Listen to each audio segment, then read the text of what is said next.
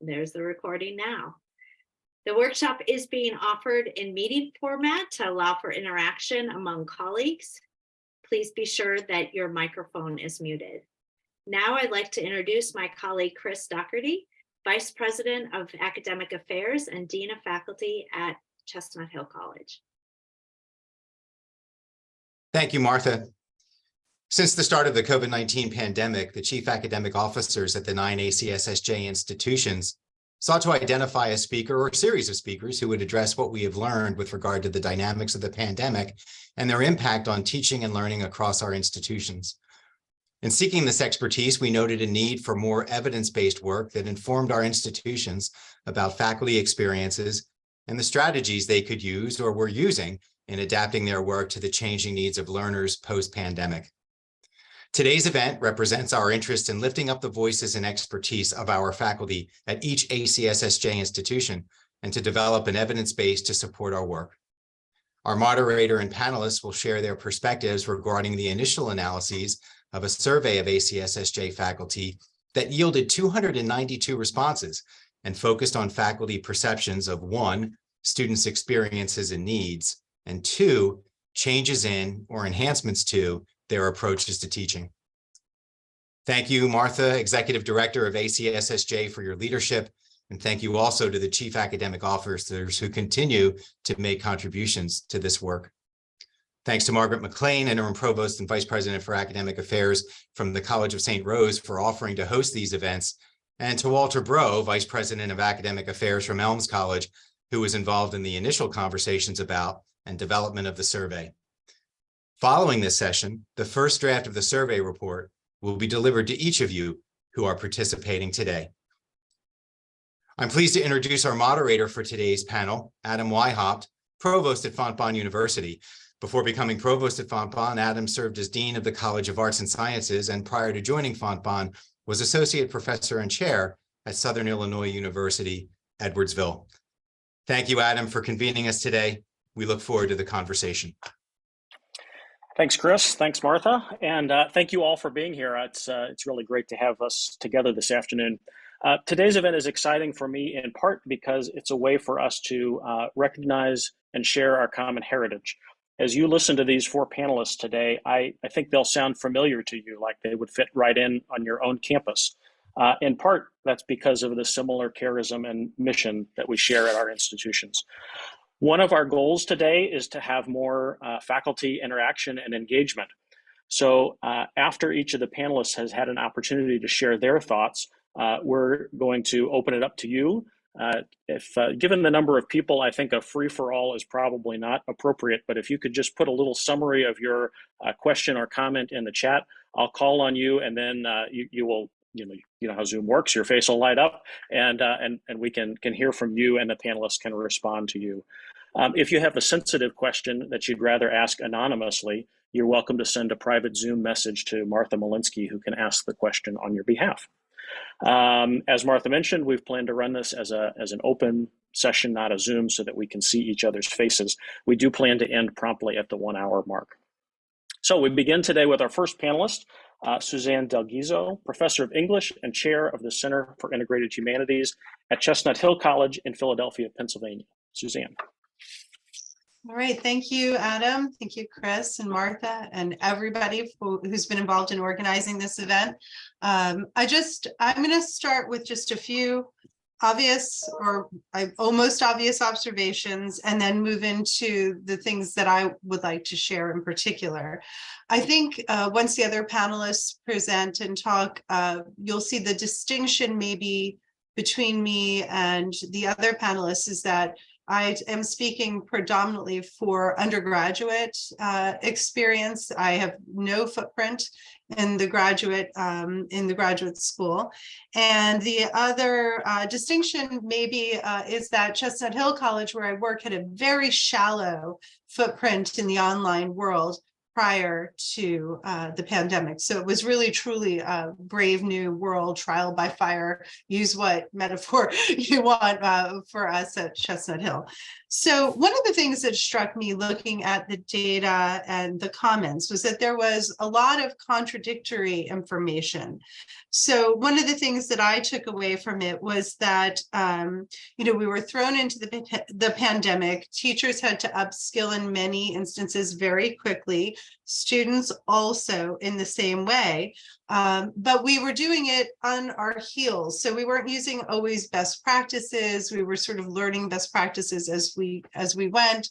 And one of the things that I noticed about the survey is that as a result, I think of that kind of wildly mixed experience during the pandemic, that students are both, some faculty report students are thrilled to be back in the face-to-face classroom, but at the same time, we're reporting that they are demanding greater flexibility and want more online offerings. So it's a really strange world that we find ourselves in, where I think we're just sort of feeling our way through this first round of data and what it's going to mean in terms of how we shape our institution and our institutional offerings going forward. Because we can't, I don't think we've recovered our equilibrium or our balance yet. That said, I want to say that I also noticed what I would call a climate crisis, which is that students were fatigued. They were suffering from, sort of attrition in their learning. They're suffering in preparedness for the classroom. But we also have fatigued faculty, and that was also clear from the survey. But the interesting problem about this moment is, if in the pandemic we were thrown into the water, especially at a place like Chestnut Hill, and we've been doing some kind of treading of the water for a really long time, we're not out of the water. We got to start to learn how to swim now, so, and that's the really difficult thing, because we have to figure out how to, in the wake of that fatigue, do some serious sense making about how to move forward with our digital footprints and how technology and the digital world is going to inform not just online offerings anymore, but sort of across our offerings at all of our institutions. So that's, for me, the principal challenge, is that, and these are the three things, maybe four, I really want to say. One, I think we have to stop thinking of tech as connected to online learning exclusively. It is not. We really need to think about the transformative power of digital pedagogy across all modalities, face-to-face, hybrid, and online. And that when we do that, we also need to maybe calm down the freneticism of that moment when we pivoted online and we had to learn a billion new tools all at once, and recognize not all tech is good tech, and that across all the modalities, the big thing that we want to focus on is, are we leveraging technology that is meaningfully enhancing student learning? And what that looks like in the face-to-face classroom might be a little bit different than what it looks like in the online classroom, but it all should be part of the same conversation about the digital transformation of higher ed and higher ed pedagogy. The second thing I wanted to observe was about the power dynamics. And one thing that I won't talk about very much is that not all technology tools create the same power dynamic between the instructor and the student. Some, like discussion boards, can be incredibly community building, but others, like monitoring software, can feel almost like a surveillance state. So just to keep that in mind, that which tools you choose to use will send different messages to your students about their relationship to the course and the relationship to you. But for me, the bigger issue with power dynamics is equity. At Chestnut Hill College, when we pivoted online, we all of a sudden had tremendous insight. I mean, we had statistical information about our students, but we all of a sudden realized that we had students who did not have computers, who did not have broadband, who did not have a quiet place to work. And all of those things affected their ability to be successful in the online environment.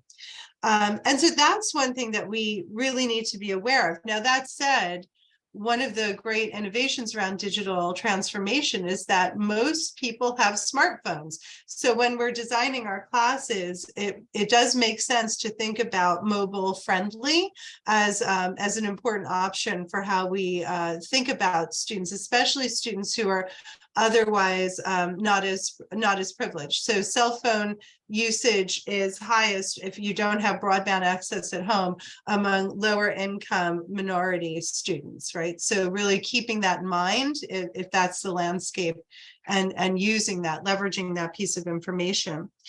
But again, another piece of contradictory information, even though not all students can access online in the same way, students are demanding more online presence, even of traditional classes. They want everything on Canvas. And the truth is here, technology is our equity friend, because baked into a lot of what we can do in the LMS are best practices for universal design of learning. We find ourselves able to caption, to provide multiple forms of interaction with course material. Students can access and revisit portions of the lecture or portions of the notes at will. And so in that way, the technology becomes a really important mechanism for us to become more equitable and more sensitive to universal design for learning in the future. Now, when I say that, here are my final two observations. One, I believe that's going to precipitate a major change in faculty roles. I think faculty roles and what faculty work looks like is going to be put under a new set of pressures. When you teach in the online environment, for example, often best practice is to have your syllabus available 2 weeks in advance, right? And your entire course is built out from day one. And they use the 80-20 rule, like 80% is in place and 20% you can play with. I know very few faculty who teach their face-to-face experiences that way. And I'll call myself out right now. Classes start next week and one of my syllabuses is not done. So I'm not meeting that 2-week window. But also I think we're going to find that if we do experience that intention around design more intensely than we have historically at the especially at the undergraduate level and the face-to-face level, if we experience that, we might see a shift in faculty work so that we are spending more time thinking about how we design our courses, and that the instruction, it's not that at all it becomes secondary, but it becomes something that is, the platform is already created for it in a different way. And the final thing I will say is the other opportunity I see is for back-end use of technology. So far we've been focusing, on videos and captioning and discussion boards, but there's also a lot of our LMSs come with really rich analytics that can help us be much more effective when trying to identify issues for student retention and student success. And that I think all faculty will probably be asked to become a little bit more attentive to those analytics going forward, since retention is such an important issue, and as is student success and student satisfaction. So we were asked to keep it to 5 to 7 minutes. So thank you so much. I appreciate the chance to share with you. Thank you. Our next panelist is Dr. Jenna Voss. Jenna is the Associate Professor of Deaf Education and Chair of the Department of Communication Disorders and Deaf Education at Fontbonne University here in St. Louis, Missouri. Jenna. Thanks. I think I could listen to Suzanne for a long time, and I'm copiously taking notes, but my perspective, or what I was invited to offer, I think relates a little bit to the before and after, or before and now in the new future. So as Adam suggested, I am a teacher of the deaf in a Department of Communication Disorders and Deaf Ed. We are a professional preparation program with undergrad degrees in speech language pathology and deaf education, and graduate degrees in speech language pathology and deaf education. And so my personal teaching experience is mostly in the graduate space for students who select a pretty refined professional prep path, which I understand is fairly different than the Discover your life's adventure liberal arts undergrad experience.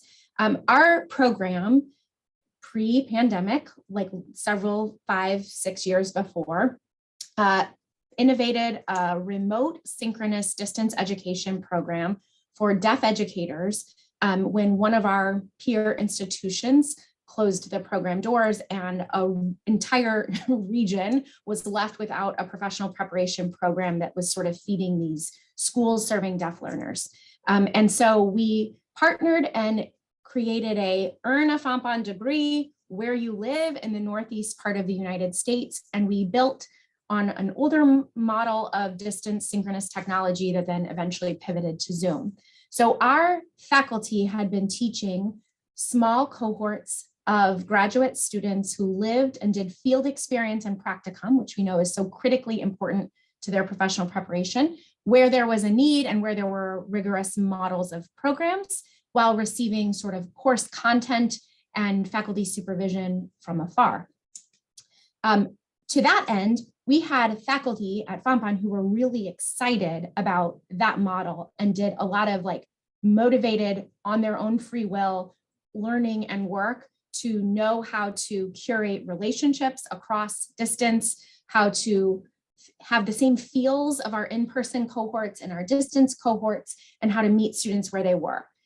That was not the case for all the FOMPON faculty in every program across our whole university, where I think we were much more like Suzanne's faculty experience of like, we valued in-person on-ground learning. But then when the pandemic happened, we were like, well, there's a few of us here who've been doing this for a minute and kind of have some good ideas about how this might scale. So we saw some pretty neat sharing in a professional learning community amongst faculty. We have a modest, like an N of 1 or 1.5 FTE e-learning specialist. And so we don't have this like huge department like I see at some institutions of folks who are ready to be your instructional designer and help you build and launch these courses. So that's all sort of on the faculty responsibility. And so during the pandemic, in the worst of it, when people were sort of forced to pivot, we had some folks who had felt successful in a synchronous online space and were able to provide peer support to other faculty who maybe were a little bit more resistant. We also had some lessons learned, and I will be honest, it wasn't all because we knew it was the best practice. It was sort of like what we had already discovered and had felt like it worked for us. So some of that ripped from the headlines experience was valued more than sort of the evidence, if there's even evidence-based practices to turn to. I think one of the key features where faculty to faculty felt most supported were in thinking about the pedagogical implications of being in a different modality. And when we started our distance synchronous program, so i.e. we teach the students in real time on Zoom across different time zones, and we keep class sizes small so that faculty can build relationships with their students, much like we would do at our CSJ values-based institution on the ground. But we picked that instead of an asynchronous online platform originally because I think faculty were still skeptical that you could have those relationships in that asynchronous online space.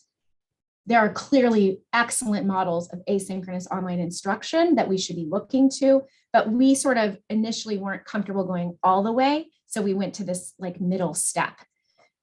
As a faculty member who teaches in both of those modalities, I found that there were some things that were an immediate transfer and some pedagogical or instructional strategies that needed to be very different in the synchronous space. So a few thoughts were the kind of relationship or rapport building that faculty and students had in an in-person classroom, in our experience, seemed to happen naturally and accidentally in the in-person space. You might chat as class gets started and as folks are coming in and eating their dinner and sipping their coffee. And so there was sort of that personality connection, rapport building that just happened incidentally in an in-person space. That doesn't happen the same way in a remote synchronous space without some intentional planning, but we are here to say it is very possible. So it might have to look different. It might have to look like investing time, instructional time on that relationship building. Some of our faculty use a check-in question, either drop it in the chat or share it out loud and take 5 or 7 minutes to do that, which at the beginning felt to some of us like fluffy or a waste of time. And in the end, we are learning that that is part of the routine and pattern of relationship and connection that is really important to get to know each other. We also had to look at what used to be sort of a didactic, even if in an in-person class we were doing small group work or turn to your shoulder partner, think, pair, share, some of those can translate well to the synchronous space, but you might have to do it slightly differently.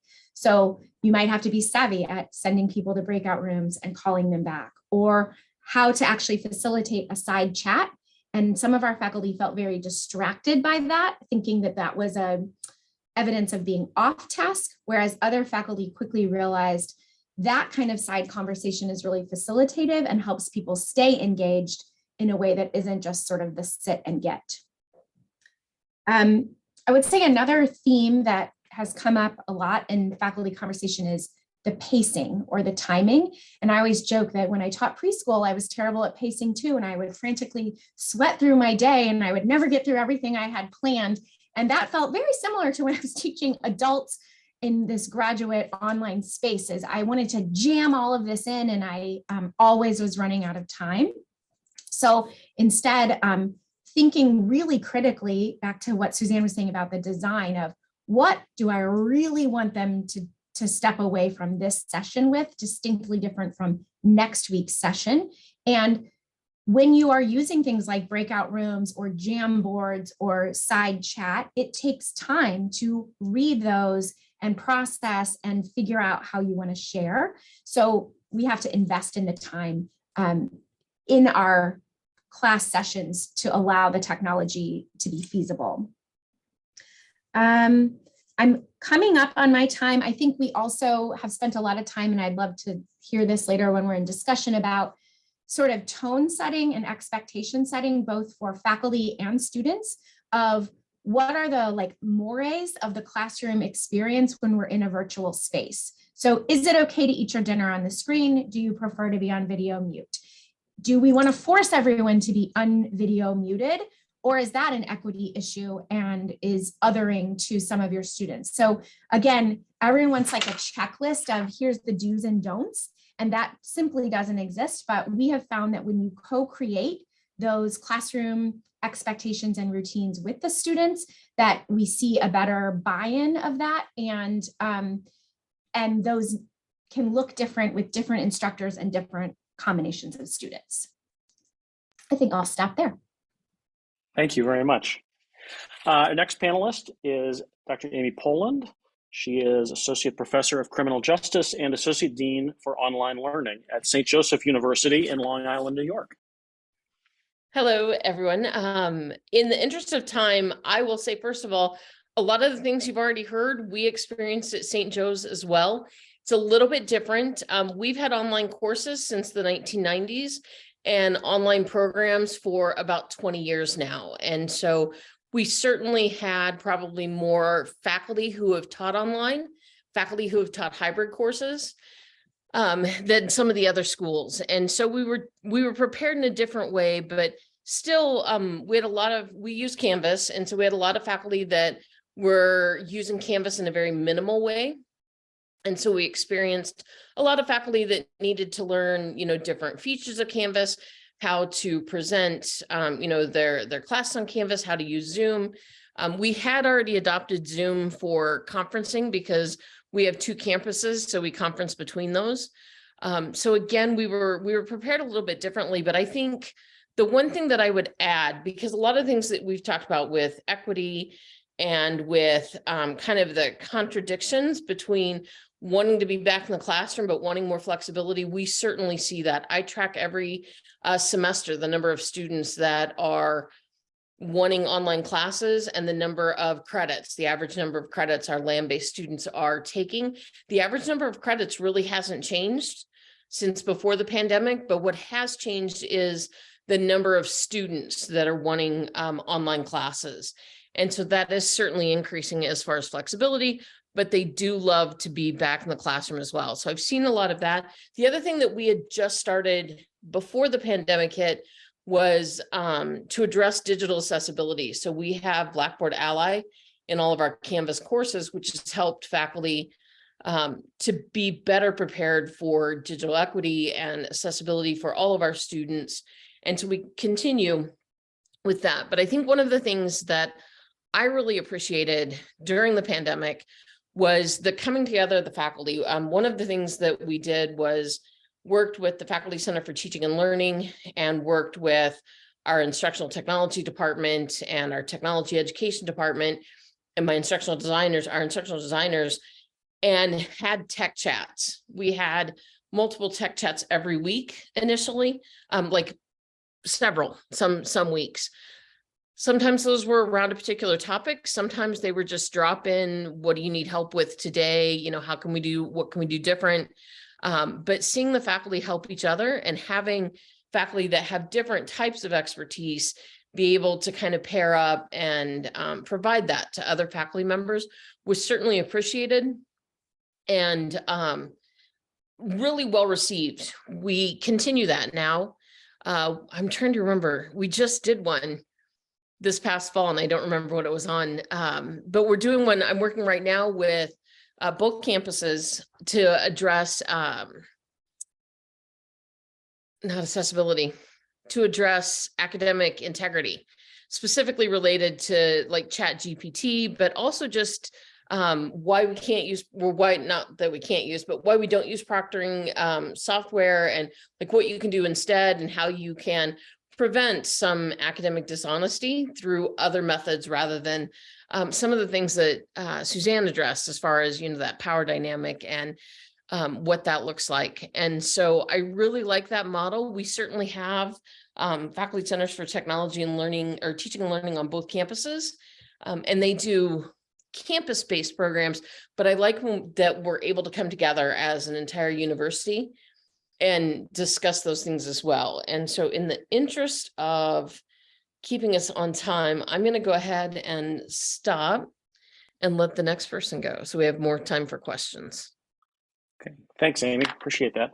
And our final panelist here today is Dr. Stephanie DeSam Lazaro. She's an associate professor of occupational therapy, director of the graduate occupational therapy program, and the director of the interprofessional preparation education for the Institute for Simulation and Interprofessional Learning at St. Catherine University in St. Paul, Minnesota. Stephanie. Thanks, Adam. And I'm the last panelist, so I'll try and keep it short and build off of what the other panelists said. I think they did a really nice job of kind of sharing themes from what the survey results had, and I'll just try and build a little bit. So my background is in a clinical and kind of hands-on lab simulation program, and we had a lot of online components or hybrid components to our program. We're pretty complex. We have multiple different graduate programs within OT here at St. Kate's before the pandemic. So I think a lot of our faculty felt pretty comfortable with using the learning management system, with delivering some synchronous classes in different formats before the pandemic. However, when the pandemic hit and we had to shift our students who were planning to be in person all the time to fully online and to figure out how to do labs online, we had quite a big jarring change to go. And I think looking at the survey results and some of the dichotomies there, one of the big things that we discovered is the necessity to think about our learning management systems in a different way, where some of our faculty utilize the learning management systems, particularly for our on-campus classes, as a digital course pack. So the way that I learned in undergrad, I went to the bookstore, I bought that course pack, it helped me through the semester. And that's how a lot of faculty had moved to using Canvas, D2L, other Blackboard, other learning management systems. And so we've made a big shift, I think, in the last couple of years of the pandemic to thinking differently about how the technology resources that we have can be utilized to really help increase student interaction with faculty, student interaction with each other, and utilize that learning management system as a pedagogical asset to help our learning. I think we also learned a lot about simulcasting because we came back pretty quickly because of the clinical needs. We came back right away in fall of 2020 to in-person learning, but we had to break our students out into multiple rooms, simulcast between the rooms, have a faculty member bopping between the rooms. But part of that helped us get to the point where some of our classes now, I taught for the first time this summer a high flex class, and students were able to choose to come to campus or to be online, and it was really a 50-50 experience. But the simulcasting helped me figure out how could I pedagogically make this work and create a really valuable learning experience for all students. So I think to Suzanne's point about where we all as faculty are going to be going in the next several years in higher ed is thinking about what tools are out there, figuring out the tools that can be utilized in a lot of different ways. So what 2 or 3 tools are going to be the ones that I go to, and they can be used for simulations, and they can be used for didactic learning experiences, and they can be used in an asynchronous platform or a synchronous platform. So I can get really good at this one tool, and it can be used for several different types of teaching methodologies that are going to support my students' learning outcomes. Because what we realized is we got all of a sudden, right, we're online, there's all of these tools out there, everyone tried to learn all the tools, and we didn't get depth. We got a lot of breadth, but we didn't get depth or strong use of the tools to really support the students' learning. So I think to Amy's point, yeah, there are a lot more students who are wanting the flexibility to choose online classes, but also need that connection, and how can we use these tools and platforms to really support our students and support ourselves. I think we did a lot of universal design work because we're OTs. So occupational therapy is all about that universal design piece. And so we did a lot of that before the pandemic, but have had to do a lot more work since it started to really think about how can I make the learning environment conducive not only to students, but also to me as an educator and what my teaching style go-to is. Because as we try to learn from one another, there was a lot of, oh, that sounds great, but that's not how I teach, and that's not going to work for me. So kind of that back and forth. I'll wrap it up there though, because we would all as panelists love to hear your questions and have a bigger dialogue as we move through. Thank you, Stephanie, and thank you all the panelists. So colleagues, it's now your turn. I would ask that you please put your question or comment, a brief summary of that in the chat. I'll call on you as we go along here. And then when I call on you, if you would just introduce yourself and succinctly state your question or comment, and the panelists can respond. So we'll start with Andre. Hi, Happy New Year, everyone. Andre Lighton. I'm from Mount St. Mary's University. And just heading into this new semester, my first day of class actually is in a couple hours. You're just really looking at, now that ChatGPT is among us, how to embrace that technology and other what's to come afterward with AI, and just really thinking about how to use ChatGPT as a way to generate a springboard that students could then use and work. We could collaborate together to work and help bring their voice, the things that an algorithm can't do, but looking at an embracing approach rather than trying to necessarily police it, and just making it clear in assignments whether ChatGPT is permitted or would constitute a breach, an academic integrity breach. Thanks. Thank you. Any of the panelists want to respond to that? Yeah, is anybody doing anything with that? Any other faculty have something they want to add there? You know, one thing that comes to mind is that this and many other things change the way we might think about the classroom environment, the traditional classroom environment, and the kind of work we expect students to do in the classroom environment versus outside of the classroom environment. I don't know what the answer is there, but I think that's part of what's going on here. And I think it's really interesting, your comment about embracing these new technologies as opposed to trying to wall ourselves off from them, which is probably a hopeless task in a lot of ways.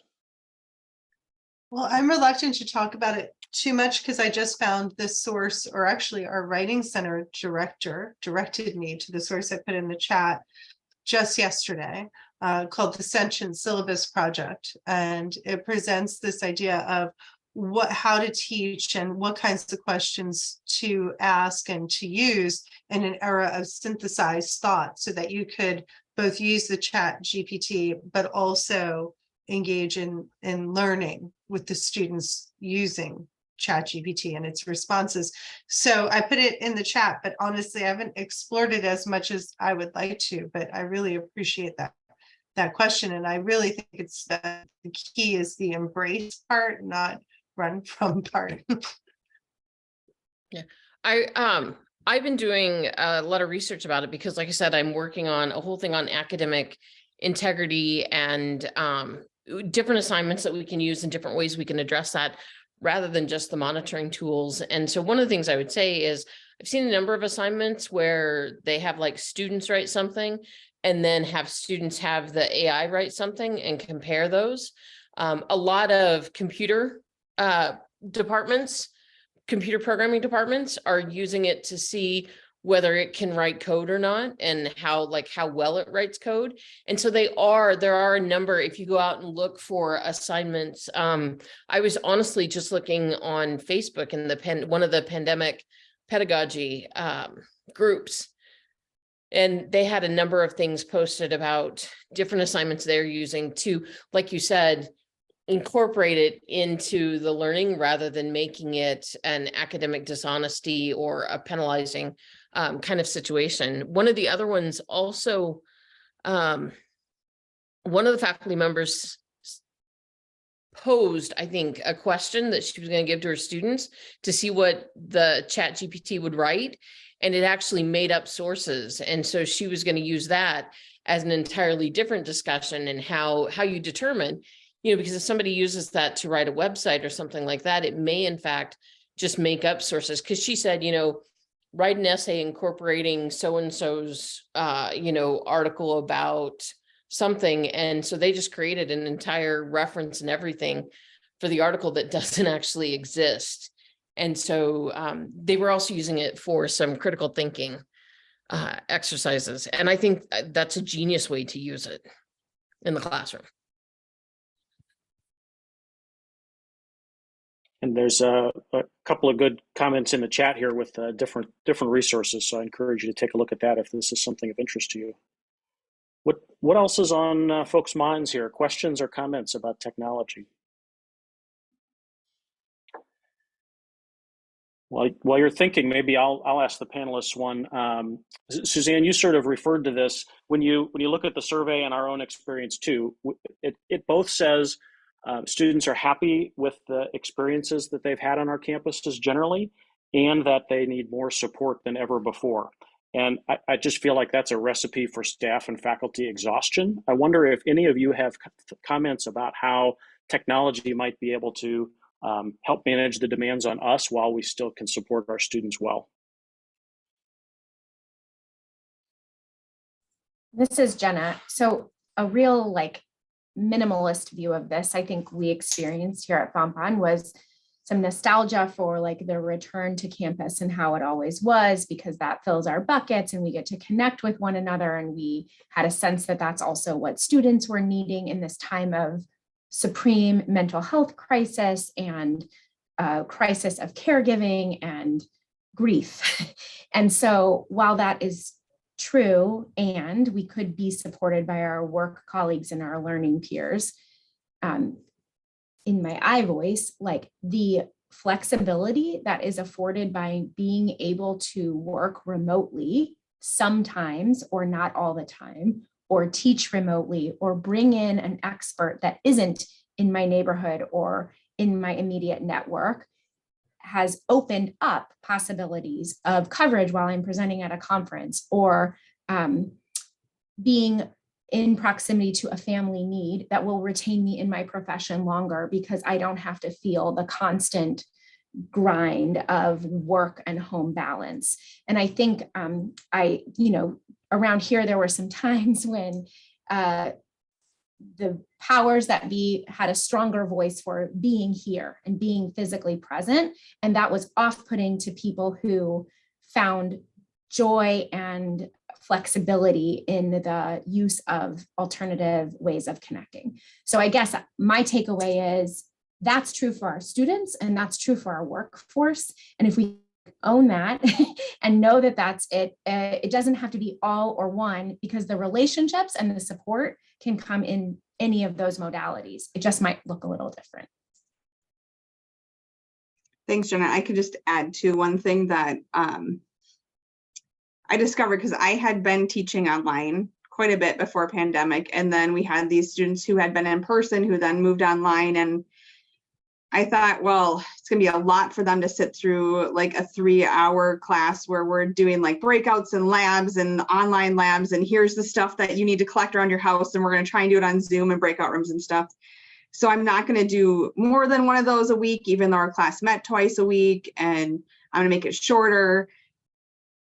And I'm going to have them do these asynchronous discussion boards to get the learning. And then about 3 weeks into it, the students are like, Dr. D, that's not really working for us. And we're just feeling this loss of community. And we get that we can't really be back in person all the time. And so I kind of just took a moment to listen, and they gave me some suggestions. And I've now since tried it, and I just give students options. So it's also the idea of options. And while some of my colleagues are like, that's a lot more work, in my opinion, it's been a lot less work. So I give them the option, like, you can choose to do the asynchronous discussion board, or you can choose in your group of 5 people that I've assigned you to be in this group around this topic to get on a Zoom or a Google Meet and record a 15-minute conversation. I don't care. I just want to hear you engaging with the topic and the content.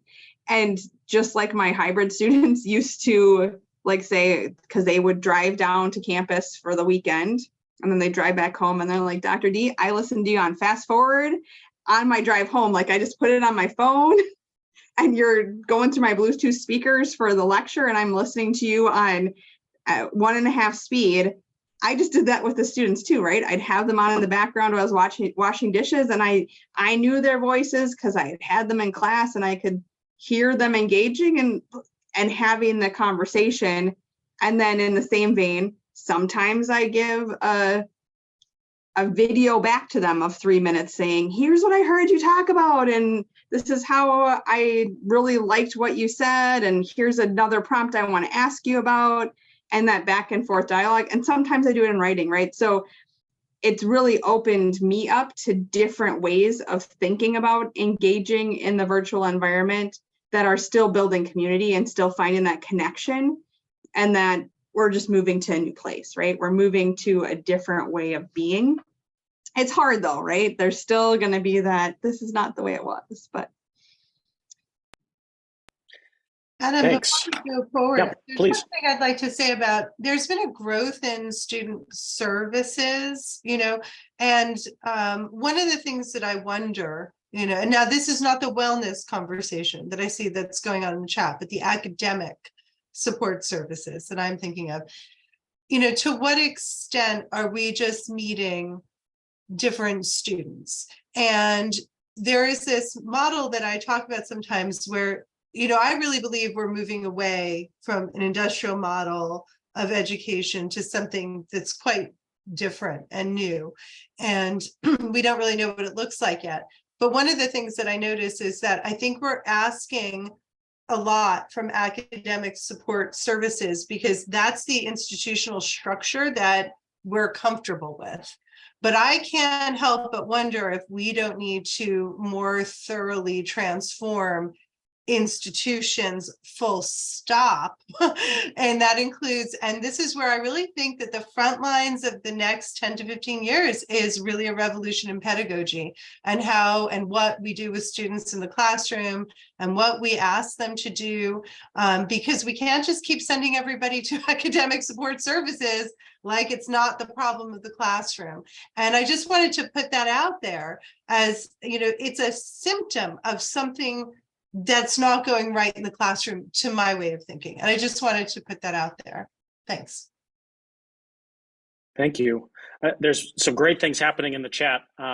Constantine, I wonder if you just want to say your comment out loud, and then Jenna has responded some in the chat, but if any other panelists want to chime in on that. Yeah, sure. Thanks. First off, really interesting panel. And obviously, as we did the transition, one of the things a lot of us figured out is that, student wellness was still a concern, even though students were on Zoom. So my question was really, are there any technologies or approaches to deal with student wellness in the online forum? Thanks so much. I'll just jump in, like one simple thing that we added in our courses, and we're transitioning learning management systems right now, so we're not like sure how it's going to look, but we added what we call the coffee house. I don't know that I love that, but the things that would happen normally inside the in-person classroom, like the, hi, how's it going? Did you see, I saw this movie this weekend. Did you blah, blah, those kind of things. We just added this forum within the course where students could just engage with each other and with the faculty member in all of those getting to know wellness kinds of things without it, like, it doesn't have to be connected to the course. And there was a lot of engagement in there.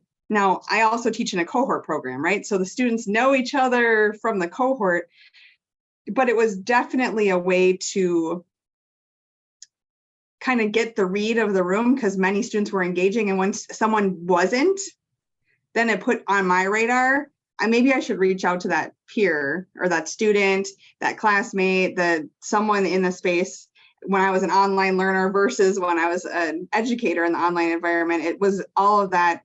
This is pinging me that they're not engaged like they were before, and maybe there's something that I should reach out, something's going on, those types of things. That just helps. Now, again, cohort program feels a little different than those non-cohort pieces. We've also done some things, again, cohort model, where that first class is just like the silly thing that you put in the syllabus, like post your favorite dinosaur to this week's thing, as a way to like start the open the door to build that relationship with a student. So then again, if you see the engagement go down, it opens the door to, or what's your favorite cookie, or that kind of thing. So that if you don't hear from a student for a while, it's a way to reach out to them and have that connection because you built it at the beginning. I'll let others jump in too. Yeah, I'll piggyback off of that. I think one of the things that was brought up earlier that will become more important is the analytics in your learning management system. I can certainly track, as the online learning director, what students are active in their classes and what students aren't, but individual instructors can see that as well, much more easily today than what they have in the past. The situation, though, is that a lot of them don't necessarily have the training to go in and look at the analytics, so that'll be something we need to look at in faculty development. But the other thing that we've done, like somebody else said earlier, we have a very small number of people that are strictly tasked with online learning and working in the online courses, but we partnered with both of our campuses to provide those wellness resources to our students, whether they're taking a class online or on campus. So that's been really beneficial. And then more recently, we've been using text messaging. And so my associate director just presented on the use of text messaging at the Online Learning Consortium for that very situation where students aren't engaging and that kind of thing, because students get their text messages and they actually respond to their text messages much more frequently than they do emails or anything else. I use a text messaging app in my own class when I need to get messages out to my students, and they respond right away. I can see that they read it right away. And so one of the classic ones I saw was one of my veteran faculty last summer said, hey, I've got a whole class and literally nobody's posted. I don't know if they can see anything or what's going on. So we sent out a text message to just the students in her class through one of the programs we have on campus. And she started to get responses, certainly not every single student, but a number of them. So we try to work with the faculty in ways, again, to address some of those issues of engagement and wellness and those pieces, using whatever technology we can. This is Jenna. Amy, that's such a cool point, and it makes me think about when we do family-centered early intervention and we talk about meeting families where they are and letting them set a goal and supporting them to their goal. There's nothing different about that than students who are seeking this education and have goals. And we've had discussions about, even on this panel in preparation, about not needing like the latest and greatest technology necessarily. You don't have to always the newest, flashiest piece of whatever, but sometimes just using what you're comfortable with. And so that reminds us that meeting students where they already exist is far more powerful than forcing them into maybe our purchased learning management platform. And so giving faculty permission to harness the power of like technology that people already use. So it doesn't have to be only a discussion thread on the sanctioned device. It can be where someone's already living, whether that's Snapchat or Instagram or whatever the student is already using. They'll be more likely to uptake it than if they have to go somewhere else that is pedantic and not helpful. Thank you. John, you had a comment or a question about student performance in online courses, and I think to some extent Amy's response addresses that, but I wonder if you could just ask your question. Sure. I said, or I wrote that I believe that strong students do well in all environments, right? They do well in person, they do well in online synchronous, they do well in online asynchronous. But I have found that my weaker students, including weaker graduate students, are often less successful in the online environment. And I want to ask the group, how do we increase the likelihood that weaker students stay on track in the online environment?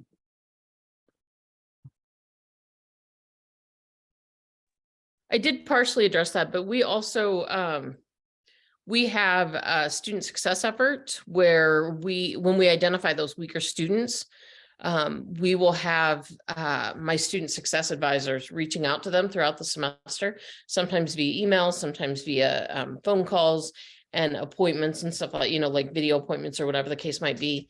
But just letting them know what resources they have available on campus. And again, I mean, we have tutoring centers on both campuses. We have a number of resources that are available to them.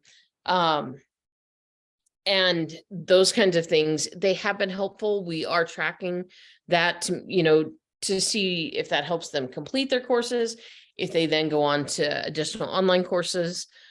One of the biggest things is time management and just simply remembering to log into their courses. One of the things that we have are courses that start mid-semester. So we have courses that run the first half of the semester and the second half of the semester. And even some of our good students forget that fifth class doesn't start till midway through the semester. And those classes are at a much faster pace, obviously, than a full semester class. And so a lot of my late start faculty, are frustrated sometimes because students aren't logging in, they're not engaging with the class yet. And so again, we try to be proactive and send out a message to students that have a late start class and say, hey, don't forget, you have another class starting, next week. You need to be in there, logging in, doing your welcome message, and those kinds of things. And so that's probably been the most successful thing for us, is just providing a little bit of extra support when either a faculty identifies somebody that needs additional support, the dean's office identifies somebody, a department, we get a lot of referrals for those students. Or if somebody requests to take online classes and maybe we don't feel they're academically prepared for them, then again, we'll put them in that group and make sure they get the support they need. Yeah, I would just add there too, this is Suzanne, I would add there are little things that I've started to do both face-to-face and in the online environment that I started while we were online. There's a reading calculator and a workload calculator that you can get from Rice University. I'm sure other places have it as well, but I actually include reading times for the students. This should take you roughly 2 hours to read or an hour to read, because I agree 100%, Amy. It's, it's time management before it's almost anything else, maybe a little bit of motivation, but mostly time management. So any tool, from weekly reminders to workload estimates that you can build into the class that helps students budget their time, I think it is really good in helping, that their compliance around that issue. I just wanted to add that. Thanks.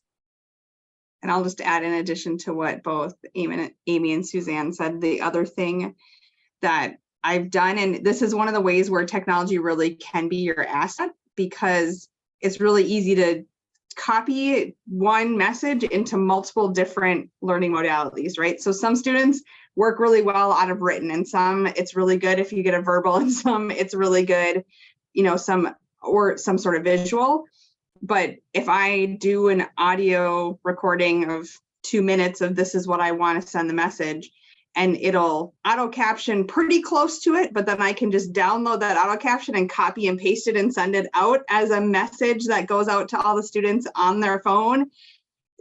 I just know that I'm going to reach a lot more students that way, because this student might respond better to that video message that's going out to their phone, and that one's going to respond better to my bullet pointed list.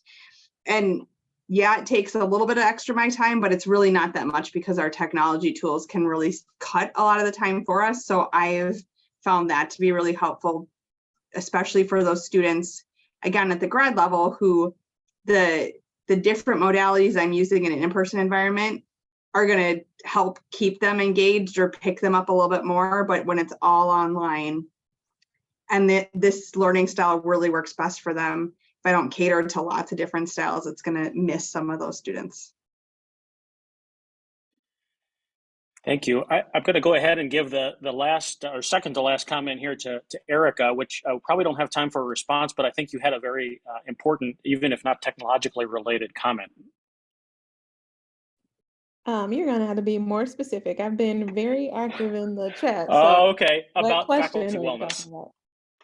You just said your campus was doing some faculty wellness activities. Oh yeah, so someone brought up the comment about student wellness, and I was just pointing out, like, not only is student wellness very important, but faculty wellness is just as important, if not more important. And so this semester we're launching a faculty learning community around wellness. And so it's the first time we've ever done something like this, and I will keep you all posted and see how it goes. But we're very excited to do it.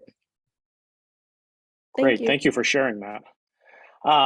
So unfortunately, we're at the end of our time here today. I want to thank our panelists. Please join me in thanking them for taking time out of their busy days to prepare for and participate in this. And thank you for coming today. It was so great to see so many faculty colleagues in this. I'll now turn it over to Martha Malinsky for a brief advertisement for our next session. Yes, well, thank you, Adam, and thank you to all the panelists again. It's been a rich conversation.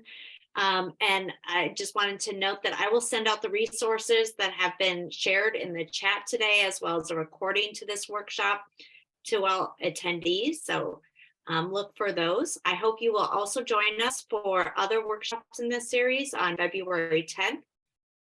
We will be discussing student motivation and preparation. March 31st, we have a conversation about quality of learning.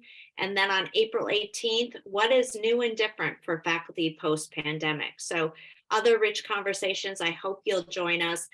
You can RSVP by emailing ACSSJ1@gmail.com, and I'll get you registered. We would also love your feedback from the workshop today.